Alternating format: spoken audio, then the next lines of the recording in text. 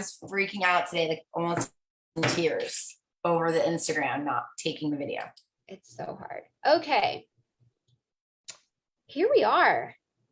Hello. Oh, this is so good. So welcome, you guys. You should be with us live now on Facebook. Am I still good, Kristen, or is it doing it again? It's a little glitchy, but not like it was. Okay. Oh, no, I can't hear. Wow. Okay. It's when you start to stream, I think. I know Instagram had an issue today, so I wonder if Facebook isn't having the same kind of issue. Yeah, I have done this so many times before with people, and I don't understand.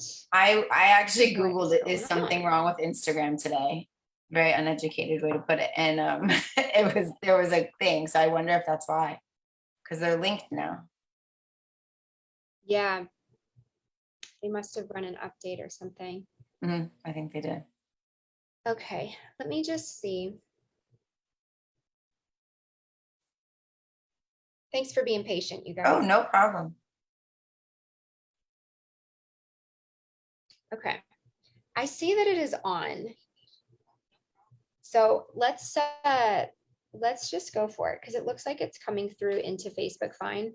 Okay. If I sound glitchy, just let me know.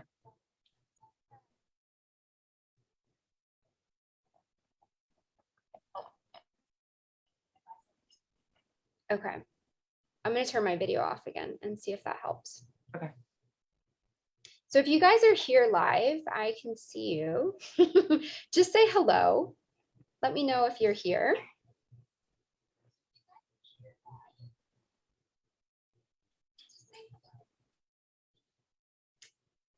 And we would love to just field some questions from you guys as we get started. I'm going to have Kristen do a quick intro here. Sounds good. And so Kristen, we are just super excited to have you here in this wellness group for special needs moms. What's really important to me is helping moms to be well. And we were just chatting about this. A big part of that is stress, right? And right now in this season of back to school, so many of us are dealing with high stress levels. And I talk to moms a lot about asking for help and finding help and getting resources when things are challenging. And I'm so excited to have you here because I think you're a great resource for the moms in the group. So let's just jump right in. Do you mind sharing with us a little bit about who you are and what you do? Not at all. Thank you. Thank you for having me. And I'm so excited to be a part of this awesome group. So my name is Kristen, and I am a wife and mother of 3. And I have been an occupational therapist for over 18 years. And I loved all of those things. And I'm going to kind of give you the quick and dirty version. And then that way, if you have any questions, I can fill in the gaps. But on my path, I loved being an OT, and I had a cousin. I became an OT because I had a cousin with special needs. And I felt like if I could make an impact on one family's life, the way that the therapist made an impact on his, my life was made. And I can only hope that I made an impact on more than one family. And on my journey, when I started having children, I started to learn more about nutrition because my kids had, the ear infections and the itises and constipation and eczema and all the things that were, normal, which I now realize aren't so normal. They're common is the term that I like to use. And so that kind of sent me on a path of that by way of my pediatrician. And then my stepson, who's now 21, was 13 when he was diagnosed with celiac disease. So I had to go down that path. And it was like I just kept learning, and you peel away the layers of the onion. And I loved everything that I was getting. And I kept thinking, my patients, there's so much nutrition that families don't know. And so fast forward a little bit to when things kind of went a little crazy in 2020. And I realized that I wanted to marry my passions. I realized that my families that I had worked with who were trying so hard to find me on social media or find my cell phone number because they were lost. They lost their teachers, they lost their therapists, they lost their guidance, and they were now home. And they were just so frustrated, and I thought, I want to empower them. So being the least techie person that you could possibly ever meet in your life, no makeup, nothing, grab my cell phone. I think it was my pajamas. It's on my Instagram. And I like kind of just word vomited, like, I want to help you. What can I do? Kind of a thing. And it made me realize I really, my passion is to empower parents with as much support, knowledge, and resources as I possibly can. And along the way, I've gotten to meet, fabulous people like you. So it's been really, and so we got connected because we are both certified health coaches, and that was the first link. We also have a very similar philosophy in the way that we do our health coaching and the way that we recommend people to have nutrition. So I just love it. And you're also a special needs coach. So can you break that down a little bit? Like, what are some things that you support parents with when you talk about empowering parents? Like, what does that look like practically? So I found that parents, there's so much information thrown at them. Your child is diagnosed and they say, go, you need to do this, and this. And the parents say, okay. But nobody says to them, do you understand why you're doing that? Mm-hmm. And then once they are in this, and this, nobody stops, myself included, for many years. I felt like I was asking, but I don't think I was asking the right questions to get through to families. And it wasn't until I sat home, when things were crazy, and I thought, this is what I could have done better.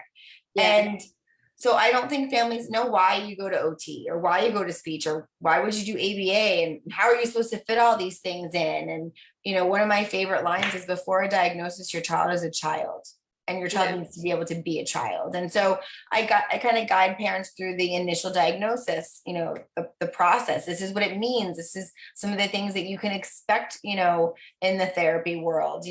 I'll look over reports. I won't, say whether the therapist is right or wrong, but I'll explain what proprioceptive input is and why we think that a referral for a psychoeducational evaluation is appropriate. And it's a whole different world. It is absolutely a whole different world. And it's unique for me. Like, my child, like, when he was born, we were just kind of like thrown into all that because he had a birth diagnosis. But I know, and a lot of parents, like, from the very get-go, not only are you adjusting to having a new person in your world and a baby to care for, there's so much that can happen in that season. So absolutely, like, looking back, having somebody that could help navigate me. And I was very fortunate to be able to connect with other moms that were on that journey. And that was a big support system for me. But yeah, like, I know I've talked to just recently a friend whose child just had an autism diagnosis, and, he's been in her life now for 5 years or so. And so she's very much like now in that and trying to figure all that out. So the journey is different for everybody. Totally. I just think that's amazing. And I appreciate that you have that passion, because there's a lot of people that need that. Thank you. And another piece too that I just want to mention is for the families who've been part of the diagnosis for many years. Your children's needs change. And I think, as a parent, we just want to, okay, we'll do it. Well, we have to have that mindset shift to realize, okay, now I need to work on these skills. There's no reason that I can't try to teach my child to make a sandwich. There's no reason I can't, sensory input happens with, having your child maybe grow a garden, plant some flowers, giving them things that give them autonomy, and they can watch, they can feel good about what they did. Mm-hmm. So that is also something that I work with families, and I can explain to them, how you can integrate sensory into your day, because swinging on a swing for 30 minutes twice a week is not integrating sensory into your life. Yeah. So I love that. Yeah. And so we're dealing with a lot of that right now with back to school.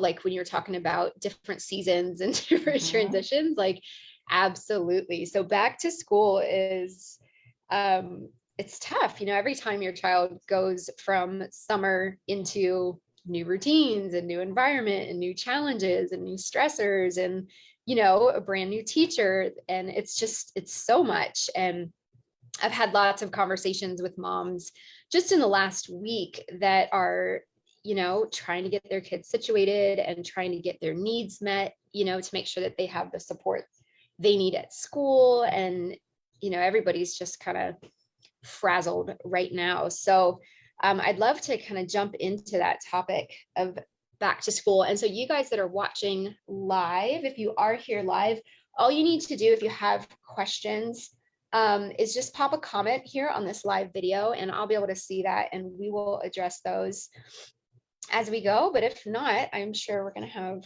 just a super conversation anyway. I love it. I can tell you, this will make some moms laugh. Those who are familiar with PECS, the picture exchange, system, communication system.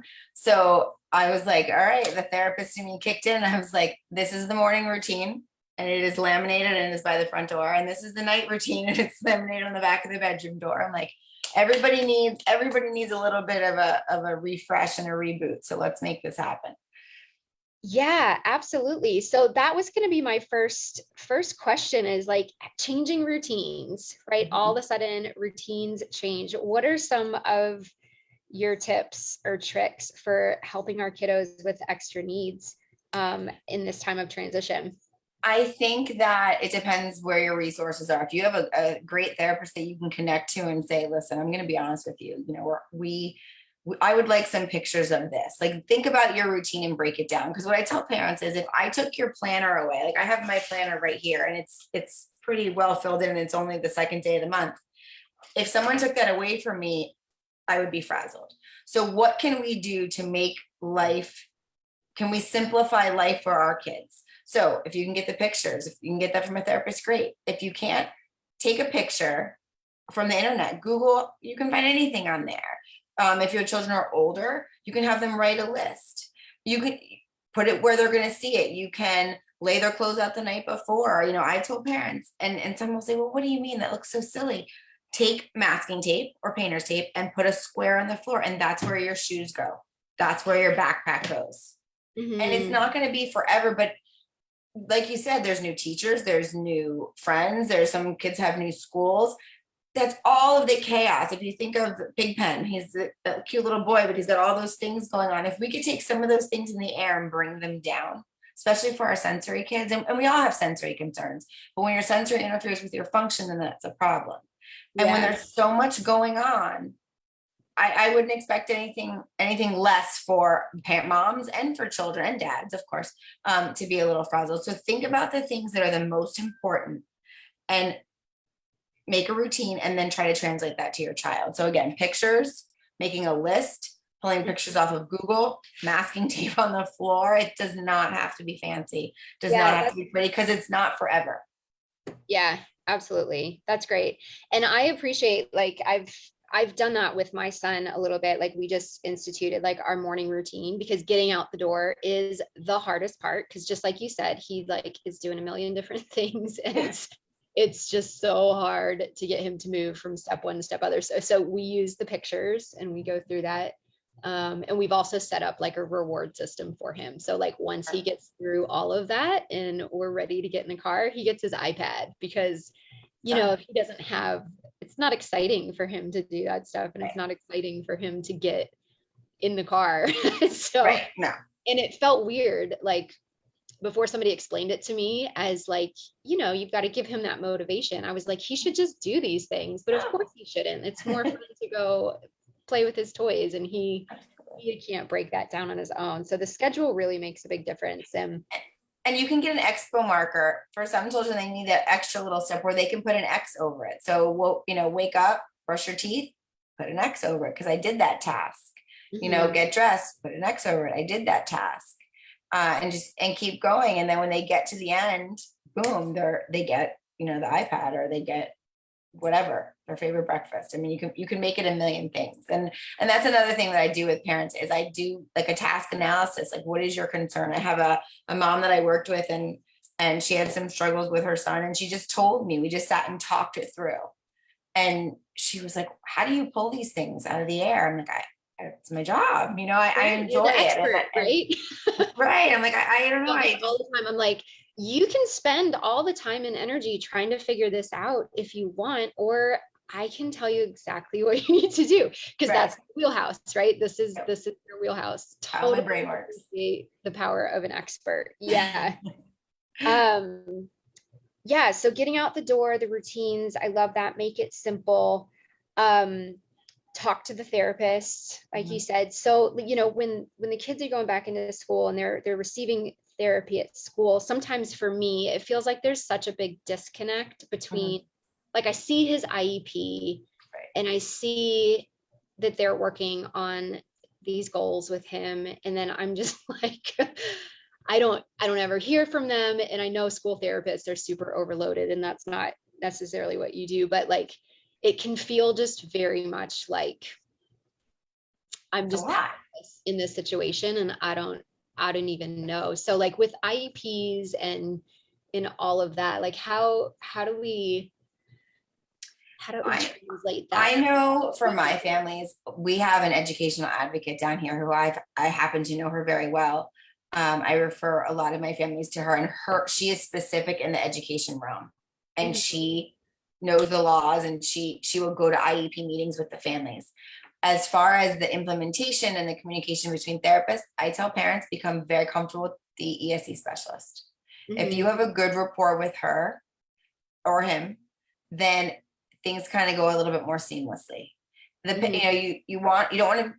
don't want to be imposing, but you want the school to know that you care, that you're present and you're available, and that you have a good understanding of your own child's strengths and weaknesses, so that they're comfortable coming to you. Because believe it or not, there's sometimes as a therapist, you don't know how the parents are going to perceive your questions. So if you can go in and you can create a good rapport, that's going to make it a little bit easier, I think, for everybody. I do know that is a very common concern for families. Is like, I don't know what goes on with the school. And especially now with COVID, you can't go into I know in South Florida, you can't go into the schools. You're not able to meet anybody. So I would just get on a good email list with the therapist, the ESE specialist, and maybe the teacher. Introduce yourself, talk about how you're so excited to be back for the new school year, and let them know that you are available to discuss any concerns, or, to discuss any troubles or triumphs. Because, positive things are going to happen too. My daughter actually I got a phone call the first week of school, and they said, is this her mom? And I thought, oh gosh, what happened? And the teacher said, I don't want the first phone call home for any student that I've ever worked with to be a negative one. And I thought, that's amazing. So I think if you can just put, that foot forward and say, like, you're excited for the year, you're excited for your child to learn, I think that's going to sit really nicely with the therapist and the ESE specialist. Yeah. And honestly, and I don't think it's any fault on the people in the school system, but just sometimes we have to be the proactive one. There was, we had a goal on my son's IEP, like he was starting to work with scissors. And I thought, like, oh, this is great. Like, I'll try to do some cutting at home, just like in my feeble efforts. His IEP. Yelled at for teaching scissors skills. Like, why would you teach a child how to cut? I'm like, I don't know. It's not the developmental thing I have to do. I had no idea what I was doing. And so I gave him, like, so we had some of the little kids' scissors, and he couldn't get his hands in them. Like, it was, both of us, I think, were crying in like 5 minutes. I will gladly give you some tips. I had a boy come in. But what the point of the story here is, like, I finally emailed the occupational therapist, and I was like, hey, like, this isn't really working. And she had been using spring-loaded scissors with him, so he had never even, he hadn't been using that. I didn't know that. I would have been happy to have bought those and been working with those at home, but I just didn't know. And so that was just another point of where, like, I had to be proactive, and I had to find out, like, where he actually was on that, just because I knew that he was working with scissors. Like, I didn't know how to support him in that. So I think that's super relevant. It does. It makes me so sad when I hear stories like that, because our kids can't tell us. Some can, but they don't necessarily have the words to explain why, so it's frustrating. Yeah. So I want to just touch on something, because this has been something with me. I don't know if any of the other moms here can relate, but I'm sure they probably can. Like, I remember early on with, like, our therapy experiences, and feeling like the therapist would, like, tell us things that we could do at home, and, like, things that we should be doing to support. And I, as a mom, like, just didn't even have the bandwidth to do any of that. And I remember like every time we would go to the therapist and like she would have a bunch of amazing ideas about like things that we could do. And I would go home and not do any of them, just be real. And I would feel so much shame about that. And like when Samuel wasn't hitting milestones, I really internalized a lot of that as a parent. Like I should be doing better. If I was doing all of this, things would really be different for him. And still, I think that still comes up, but there was just a lot of shame for me in not being able to do as much. And so I'm just curious, like, what would you say to parents that may be feeling that way? Like they've got their kids in therapy and they're trying to do all this stuff, and maybe the therapists or the teachers are asking them to do things at home, but the parents just can't get it all done right now. I think that's a great question. And I think first and foremost, you're doing better. All parents, you're doing better than you think you are. So you have to give yourself grace. And I always would tell families, it's okay to take a minute. So if you are having a day where you just feel like you are behind the ball, and coming to therapy is one more thing that's going to make you feel bad, it's okay to cancel. It's okay to take your child to the park instead that day. I think the best thing I can tell parents is take a step back, look at your child and look at your life. Try to see what your priorities are for your child. And your priorities are going to change over time, and they're going to change several times. If your child's priority is language, then maybe instead of doing one OT, one speech, and one ABA, do 3 language sessions a week and focus on that. Something like episodic care. There's some research on that. I would say take time for yourself. I always say, if mommy and daddy aren't good, nobody's good. Yeah. Try to think of what you're doing with your other children and how you can pull your child with special needs into that. So for example, if your child has decreased upper body strength and they need to work on weight bearing because shoulder stability drives fine motor skills. Okay, what do your other children do, or what do you enjoy doing with your child? And think, okay, and this is where like the therapist brain and me guiding families kind of comes in, but what can we do? Have a wheelbarrow walking contest, have the kids help you in the garden and do move mulch or bags or something. It doesn't have to be anything serious, but try to fit those things into your day. I can tell you, the therapist that I was when I first came out, the home programs I gave, I would laugh at that girl now, and I would probably beat her up if I could. But you have to, I think it needs to be a very frank conversation between the therapist and the parent. And this comes for the therapist, it comes with experience, and the parent, it comes with empowerment. When you can say, these are my priorities. But again, you have to understand what the goals of, each therapy discipline are, but these are my priorities. And this is how can we make this happen in my day? And then the therapist should be able to sit down with you and say, okay, I think we can do this, this, and this. Does that make sense? Totally. Yep. Totally. Yeah. And I think that's so great. Like that empowerment piece for parents is so huge. It's so huge. Like it took me a long time to realize like that me being well, and just as a family, like being well was so important. And knowing that I could say that, I could say like, we just need a break today, or, I need to back off a little bit. Like, this is too much. I can't implement this. Like, what are some other ways that we could do that? Because I just didn't know. And, that's my whole thing, like working with these moms is you've got to do what's best for you as well. And your kids will develop. They absolutely will. They will. You will be better when you are healthy. Right. And I think 110%. And I think, and this is just my experience with some, several of the families that I've worked with, is I feel like as the diagnosis comes, there's a mourning phase in that. And parents, they're dealing with that. And then they go and they realize they have all of these things that they now have to do in a world that they are so unfamiliar with. And so then you're behind the ball. So you're already behind the ball because, you're sad and you shouldn't be sad and you should be, and it's very emotional.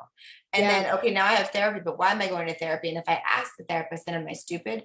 Right. Is that a dumb question? And then, it's all of this stress that I don't even think parents know that they're in. Yes. Until somebody pushes them out of it, and I work with a family that I have so much respect for, and many therapists might not agree with what the dad said, but he said, I can't have my child in a situation where he's upset all the time. And I said, I agree with you. No, but let's look at the areas where he's having success so we can maximize on those areas and see how we can fill in the gaps in others. And it's true. Yeah. Because we all have limits for what we can handle. Right. And when I think, when you put goals in therapy, you're putting a goal because there's a deficit. Okay, but let's look at the strengths and how can we maximize on those strengths? And sorry, I'm hitting my hand so that I get very passionate, so that we can continue to move forward. And I tell parents to write things down, because when your kids are succeeding, and then you have a little bit of a setback, the setback seems so much bigger if you can't go back and read, they did this, this, and this. And, there's a boy that I know, and when I first walked in to meet him, he turned his back to me. He couldn't even face me. Now he'll come and he'll sit next to me. That's a huge win. Yeah. Are we playing appropriately with toys yet? We're not quite there, but he's sitting next to me playing with toys. That's a win. So I also think that parents need to, and it's hard, but look at the wins. Look at wins differently, I guess I'm not having trouble finding the right I had word. a great therapist early on that gave me this tip. We had this milestone sheet that were kind of like our goals, our stepping stones and the milestones. And, we just cut away and disregarded the ages, but it was this is the process developmentally that he's going to go through. Right. So I had that up and I would just highlight it every time he would reach a new milestone. And it was we're just going to let go of, it's going to happen in his timeline, but you can see how far it is. And I had put it away. I think Samuel's 5 now. I had put it away probably when he turned 3 or so. Cause you're all over the young, first milestones. And I was like, okay. And then I found it the other day when I was cleaning, which never happens. That's why I was years, 2 years that between me seeing this, but I found it and I was like, oh my gosh. And so again, then I got to go through and highlight over the last 2 years, all the things that he is doing now. And it was so amazing for me, just like you said, to go back and see wow, yes, there's all these things that I wish he was doing now, but look at what he has done and look at where he is. And it was a very emotional moment for me, because so often, we just see the deficits and we want the deficits to be fixed so much that we forget all the things that are happening and are developing. So I think that's amazing. And then one thing I noticed too, I wanted to make sure that the parents hear this. I feel like if you are picking your child up at school and you're rushing to get to a place, and then you're rushing to get to the next place, and you're rushing to get to the next place, but you're doing all of the things that you're told you have to do because that's what the doctor said. But think about how you feel. Yeah. So if you feel overwhelmed in that, how do you think your child feels? And I think that one of the biggest blessings of the world kind of slowing down was so many, especially I feel this really impacted kids with vision issues and, our sensory kids, because, you pick them up at school, you get the kids in the car, you rush them, into the appointments, and they're kind of like, whoa, and they just get settled. And then, all right, your time is up. We're going to rush to the next one. And you don't truly get to see the kids. And I saw so many of the families that I know, the children flourish at home because life slowed down. It gave them a minute. The environment was more constant for them. And that's just what they needed to be able to decompress a little bit and succeed. So think about how you feel in it all. Not, again, I think therapy is phenomenal, but I also think you need to prioritize certain things. Yeah, absolutely. I love that. And I was thinking about what you said about just taking days off. Yeah. we went to the pool the other day instead of going to therapy. Listen, that you got sensory in, you got upper body strength, you got core, you just nailed it, Mom. You did fine. Yes. But you know what my radar was there is like, I was just trying to get everybody out the door and I was so stressed out, and I'm not perfect, but I have gotten so much better at like checking in with myself and feeling, especially like I get to the point where I will start like yelling at my kids when I'm just too high, and I hate that. And so that was like the signal to me, like things are off, like I'm not good. Yeah. We all just need a minute to simmer down. That's my favorite line to my kids. I'm like, simmer down. Simmer down. So I was like, okay, who wants to go to the pool? And it was an amazing day. Yeah. And Samuel physically did things that he hadn't done before. And we still had, I mean, I know that that was impactful to him in different ways, but you have to give yourself permission for that, right? Totally. 150%. So good. Okay. Last thing that I want to talk to you about before we wrap this up. My kids are out here, so you might hear them now. They're banging on my door. I love it. Time for bed, Mom. Because we're both health coaches and we both talk about nutrition with people all the time, I would just love it if you could speak really quickly to like, what is the role of good nutrition for supporting our kids with extra needs while they're going back to school and just all the time? Absolutely. So I don't know if you're familiar with I know that you are, but the people who are watching are familiar with oxidative stress. So it kind of, you just talk about your kids. Mine just snuck in for something too. So oxidative stress is something that beats on your cells. So it can be good stress or bad stress. So like we talked about, running to therapy, we talked about the new schools and all those things, they're stressful. So oxidative stress beats on your cells. And when your cells reproduce, it's a copy of a copy of a copy. So you need to put antioxidants back into their diet so that they can repair their cells, because those cells are going to help the children function. I tell parents all the time, you can't put bad gas in a good car and expect it to run. Yeah. So, your brain is made up of 60% fat. So avocado, wild caught salmon, all of those things and I wish I have a slide on my phone. I don't know if I hold it up, if you can see it. I'm going to look for it really quick, but all of those things help with energy. They help with cell repair. I'm a big fan of smoothies for our kids. Yeah. You can hide so much in a smoothie, get avocados, freeze it up, throw that in. If you think about how you feel, this is what I tell parents a lot, think about how you feel when you eat poorly. And it's the same thing for our children. And sometimes people don't realize that they're even eating poorly. And that's another thing that I work on with them is like, we talk about, okay, what does it look like? What do you eat? Sorry, my son got me super distracted when he came in. Okay. Yeah. Let's go. No, leave them. See, this when is I'm sure life. Like you hear this all the time too, as an occupational all day. It's like my kid won't eat. Right. My Samuel is that kid. Like he will not eat more than like the 5 foods. And we ended up like making bowls. He does fine. Yes. Bowls. So like we can mix stuff in and just like sneak stuff in. He'll see it if it's something orange or green. He's like, not this one. Yeah. But I'm like, just try it. But for the parents that have those sensory issues, like so powerful to have somebody like you to walk them through that stuff, right? Thank you. I try. I certainly try. I mean, my daughter was in feeding therapy, and so I can totally feel their heart when they're super frustrated. But I'm a big fan of bowls. I'm a big fan of puddings. I'm a big fan of muffins.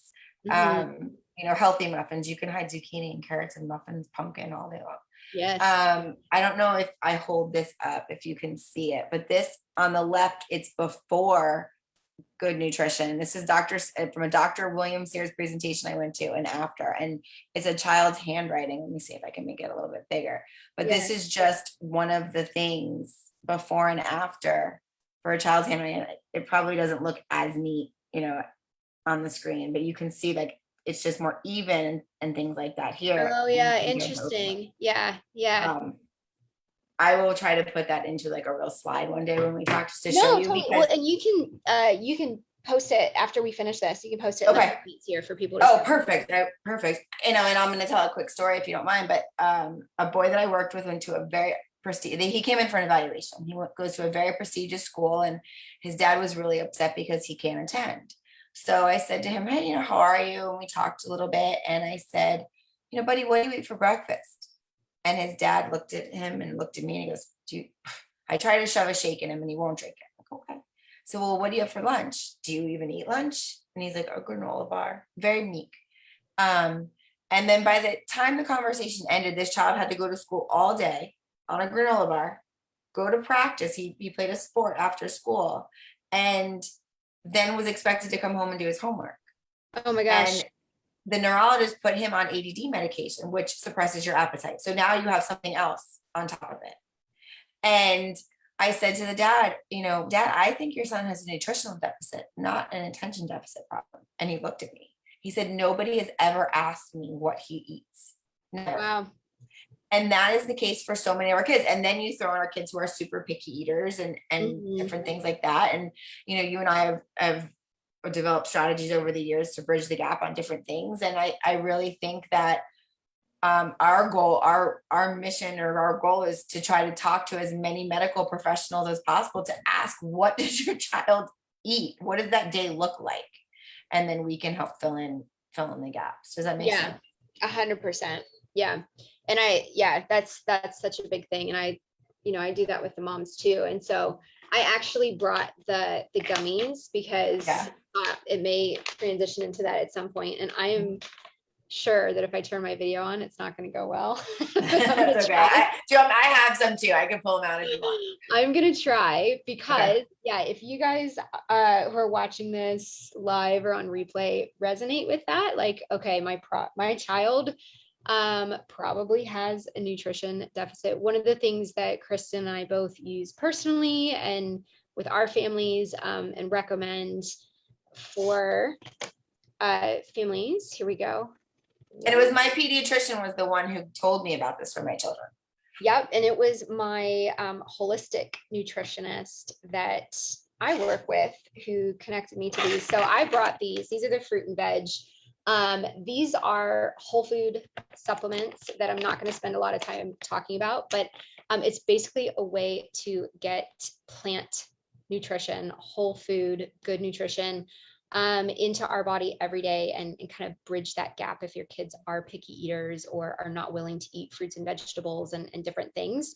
And it's made a tremendous impact in my Samuel's life and development, I will say, because once he started getting all the nutrition from this, we saw him start to flourish in a lot of different areas that we had all but given up hope on. And so, if you're curious about that, just send me a message and we can chat some more about that. Those are the Juice Plus products and they've changed our lives too. I mean, I could go all day long on how somebody asked me recently what I would do if somebody took Juice Plus away from me. We've taken it for 8 years. And I said, I would never get my nails done. If it was a budget thing, I would stop doing my nails. I'd stop doing my hair. It's made such a tremendous impact on our family that it's not something I'm willing to live without. I would 100% agree.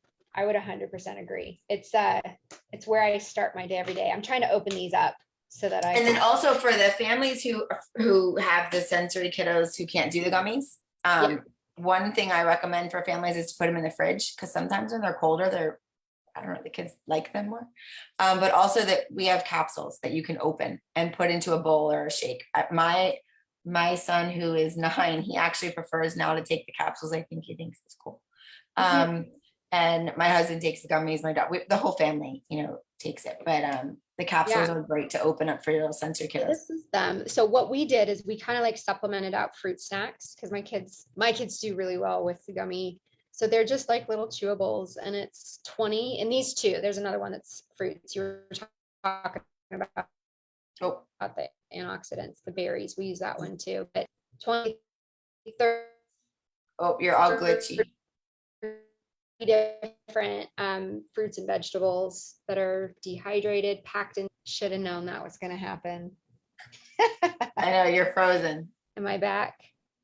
now I can get I have some right here in my closet. Just don't look at how messy my closet is. What we also use really quick, I'll show you because it's right here, is we have, oh, you guys saw my Zoom mullet. You can get them in the individual packets too. So I do that for some of my family. Oh, are you back? Hello? I'm here. Oh, there you are. So there's also these, oh, Yeah. my computer's talking to me. These two, they're nice. I throw them in my purse. And they're, sometimes this is, kids are like, oh, it is a fruit snack. So they don't know the difference. Yes. Love it. Thanks for showing that. Those are great. I sent those to school actually. Yeah. With Samuel for in his little snack bag. They're usually in the bottom of my purse too. My friends' Cool. kids are like, hey, do you have those things in your purse? Yep, I do. Well, can you hear me right now? I don't know if we got disconnected. Now I can. You was a little quiet for a minute or so. All right. Awesome. Cool. Well, thank you so much for being here tonight and taking this time out of your personal time to talk to the moms. I'm sure we were talking earlier, like even if one person listens to this and you get something out of it, we just love it. Both of us, we truly love it. We're some of the lucky few and that we get to do what we love and what we're passionate about. And that is helping you to be your best as a mom, to help your family be your best. And we are here for you. So, Kristen, how can people find you if they would like to connect with you? Absolutely. I would love that. They can go to Lettuce Talk, like lettuce like you eat, Lettuce Talk OT on Instagram. I have an Instagram and Facebook, or you can go to www.lettucetalkot.com. So I married my passion for lettuce and my passion for OT so we can talk, if that's an easier way to remember it. And I will say my tech skills are subpar. So you will hopefully get to watch me grow in the Instagram world. Oh, I think I lost you.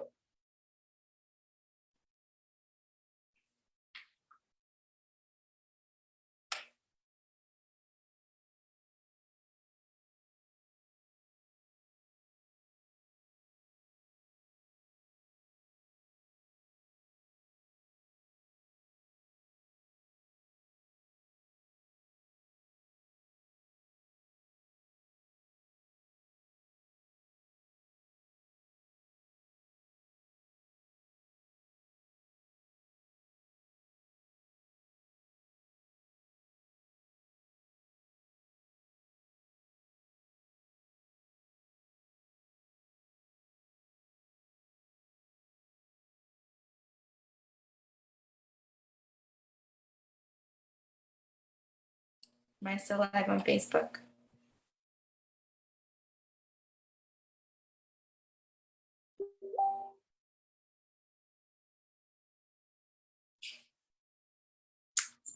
So my tech skills are not very good. If they were, I would know how to help Megan in this, but they are subpar. So that's why I was laughing on Instagram when I tried to post. Instagram crashed today and I thought it was me, but it was Instagram. But technology is not my strong suit.